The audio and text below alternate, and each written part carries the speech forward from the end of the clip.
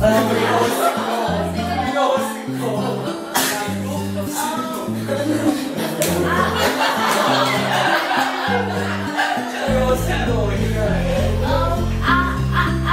know not all of you will say that you are single.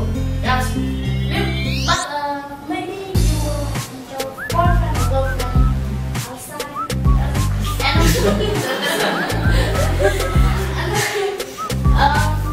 So if you have a boyfriend or girlfriend, do you think that you will live with her or him in a room to share something in your life? Have you ever? I'm not ever. What is something? My opinion might be different to Vietnamese because I come from a different culture.